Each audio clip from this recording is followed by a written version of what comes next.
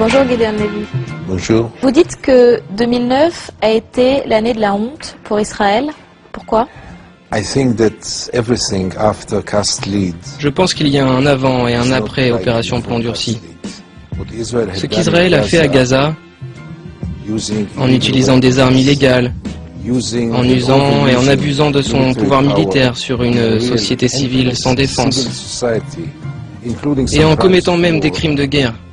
Le monde entier a vu tout cela et ne l'oubliera pas de sitôt, à mon avis.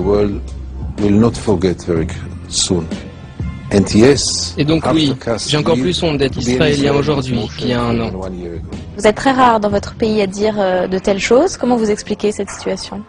Je suis une voix isolée parce que je pense que la société israélienne est totalement endoctrinée.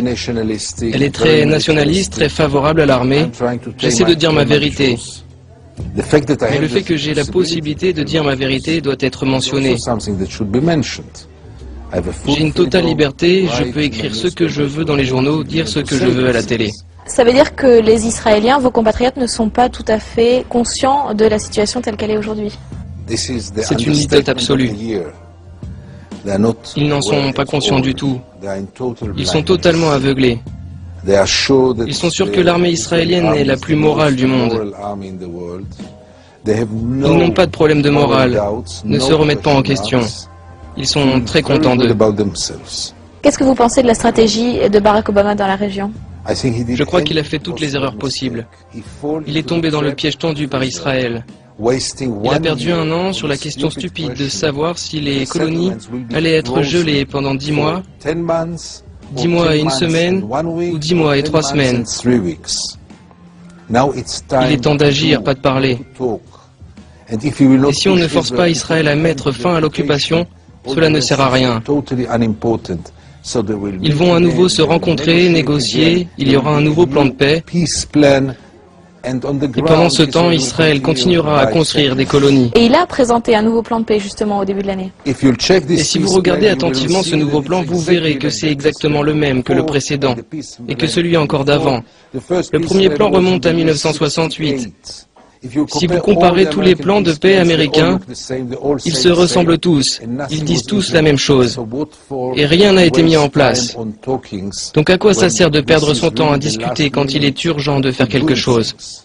Oui, mais comment on pousse Israël? C'est très facile, mais encore faut-il avoir la volonté de le faire. Israël n'est rien sans le soutien des États-Unis, sur les plans politiques, économiques et militaires. Les États-Unis devraient utiliser ce pouvoir pour forcer Israël à mettre fin à cette occupation, qui est illégale, inhumaine, et ne peut pas continuer pendant encore 40 ans.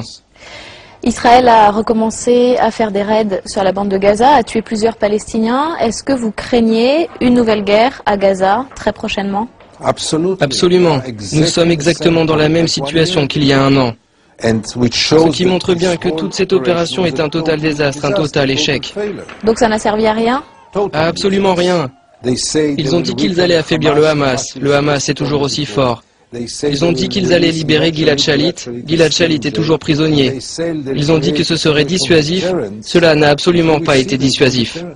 En ce moment, les relations diplomatiques entre Israël et la Turquie sont au plus mal. Qui est responsable de cette surenchère? C'est très clair. Israël agresse le premier qui ose le critiquer.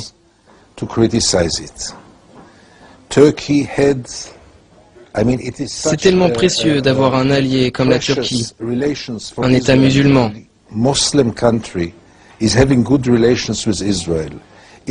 C'est très compliqué pour la Turquie de maintenir ses bonnes relations avec Israël dans le contexte du monde arabe. Et pourtant la Turquie y tient. Et voilà, Israël humilie les Turcs. Et pourquoi? Pour une série télévisée.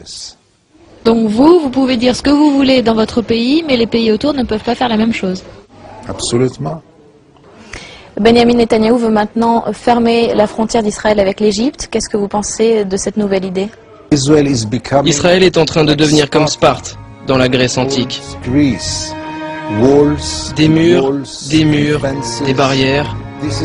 Ce n'est pas le pays dans lequel j'ai envie de vivre, entouré par des barrières et par des barrages militaires. C'est ça l'Israël dont on rêvait? Merci beaucoup, Guy Donnelly. Merci. Voilà, c'est la fin de cette émission, mais vous pouvez bien sûr la revoir en intégralité sur notre site internet Parole du Monde. C'est quand vous voulez, 7 jours sur 7, 24 heures sur 24 sur publicsénat.fr.